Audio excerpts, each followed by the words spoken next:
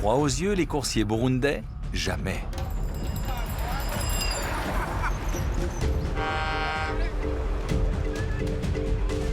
Au Burundi, quand on veut transporter des marchandises, c'est à vélo que ça se passe.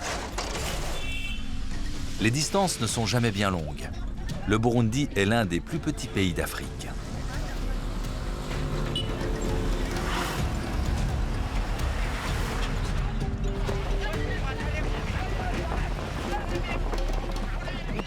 C'est très dangereux, tous ces cyclistes qui s'accrochent au camion. Il peut se passer tellement de choses.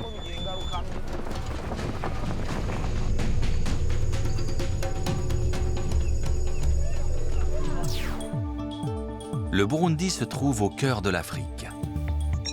La route principale s'étend de la frontière rwandaise au nord à la Tanzanie au sud. Le premier tronçon relie Kayanza à Bugarama.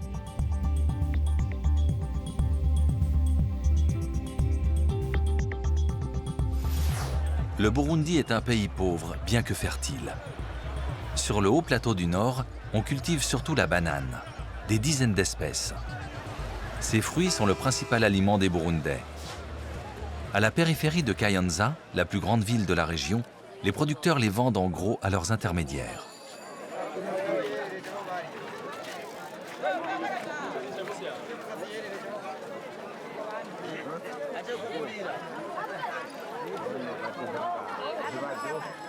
Pamphile Nzaguié vient 2 fois par semaine y faire ses achats.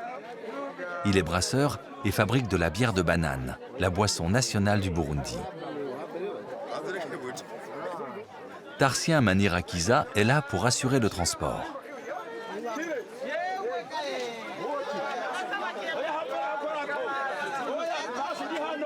Pamphile ne se risquerait pas à rouler avec une telle charge. Les spécialistes eux-mêmes le font au péril de leur vie. Le domaine de Pamphile, c'est les bananes, pas la route. Je commence par demander le prix. Puis j'achète 3 sortes de bananes. Une bien sucrée, une autre plus farineuse et une troisième meilleur marché. Le mélange est important, bien sûr, pour que la bière ait bon goût.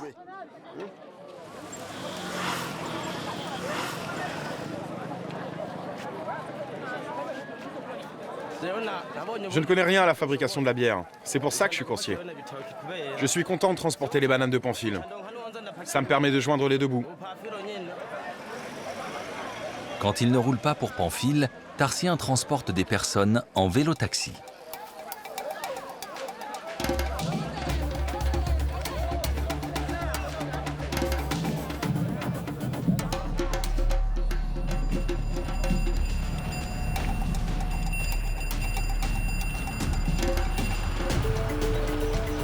Tarsien charrie 8 régimes de bananes sur son vélo, environ 160 kilos. Il doit les livrer à 15 km de là. Heureusement, la route commence par une descente.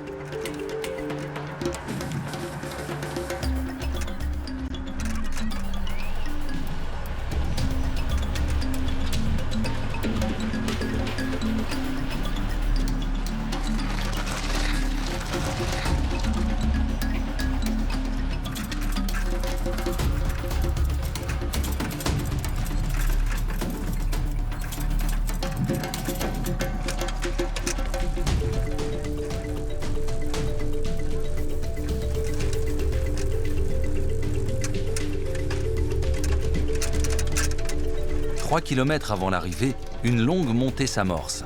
Le jeune homme a intérêt à bien appuyer sur les pédales.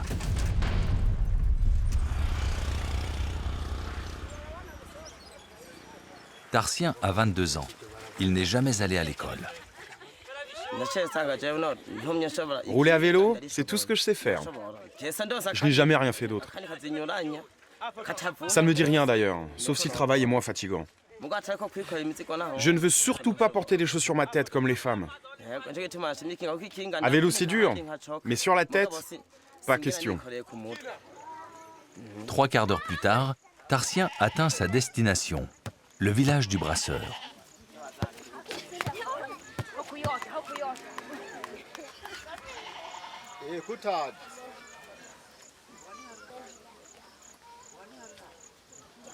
Le Burundi est l'un des pays les plus pauvres d'Afrique.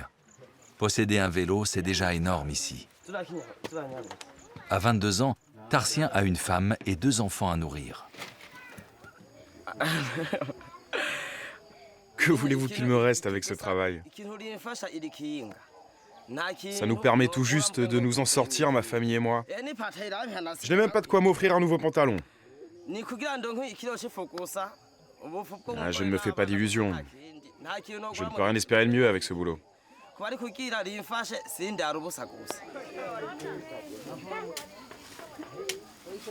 Voilà 15 ans que Pamphile fabrique de la bière de banane dans la cour de sa maison auberge.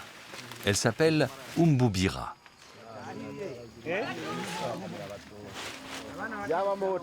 Pour commencer, il place les bananes vertes dans une fosse pendant 1 semaine, afin qu'elles finissent de mûrir. Il est nécessaire qu'elles soient bien sucrées, sinon le processus de fermentation risque de ne pas démarrer correctement.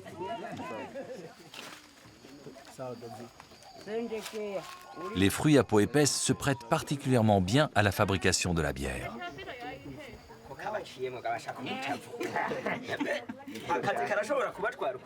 Pamphile se fait aider par des membres de sa famille et quelques villageois.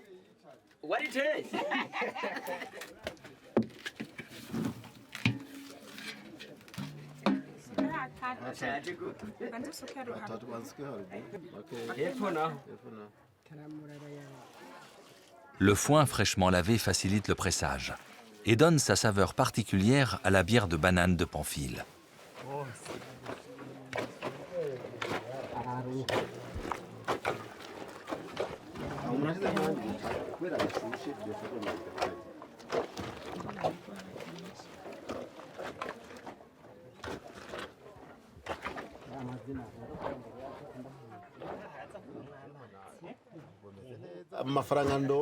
Je vis bien en tant que brasseur, vraiment. Je gagne un peu d'argent et j'ai de quoi payer mes ouvriers. Je ne serai jamais riche et je ne suis pas prêt de me racheter des chaussures. Mais je n'ai pas besoin d'aller voler. Ma famille mange à sa faim et nous pouvons même envoyer les enfants à l'école. Personne ne me commande et je n'ai pas à courir derrière mon argent. Je suis totalement libre.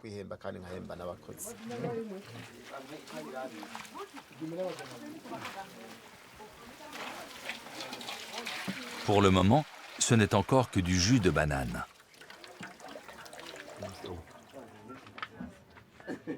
Pour se transformer en bière, le liquide doit reposer quelques jours.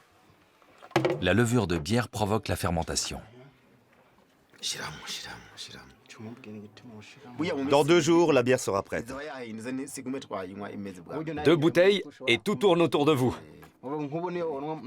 Là, ce n'est pas encore fermenté. Ce n'est pas ça qui va nous rendre pompettes. Contrairement à la bière que Pamphile sert dans son bar. Il ne connaît pas son degré d'alcool. Il ne l'a jamais mesuré.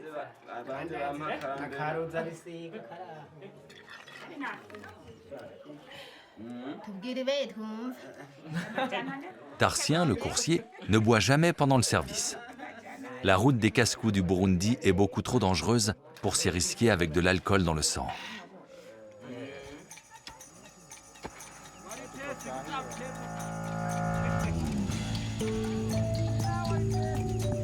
Ici, dans le nord du Burundi, on cultive aussi le café, le thé et le riz.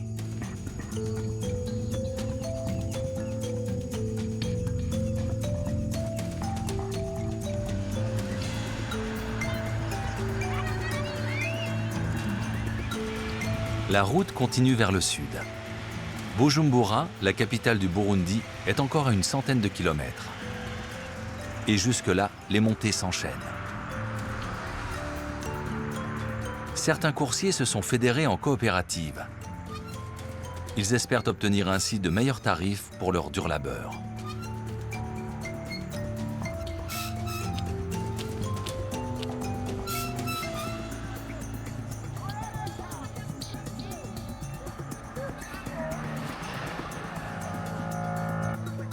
Cette route est l'axe de transit entre le Rwanda et la Tanzanie.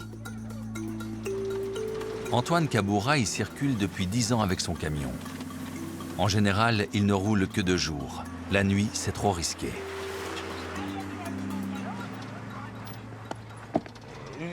L'état des routes, ça va. Mais elles sont bien trop étroites, à peine 6 mètres de large. La circulation à double sens est souvent problématique. Il faut tout le temps éviter des nids de poules, et ça tourne beaucoup. Heureusement, je suis bon conducteur. Mais c'est vraiment trop étroit pour une route principale.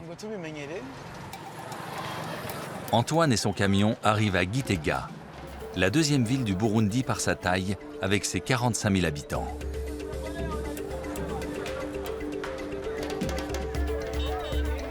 C'est là que travaille la journaliste Alix Iradukunda. À la radio Umuriza FM, elle s'occupe des reportages sur le trafic routier, donc essentiellement de la situation des cyclistes.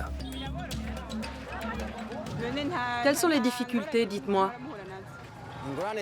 Le pire pour nous cyclistes, c'est les camions. Ils nous compliquent vraiment la vie. Ils se plaignent toujours des poids lourds. J'entends ça sans arrêt.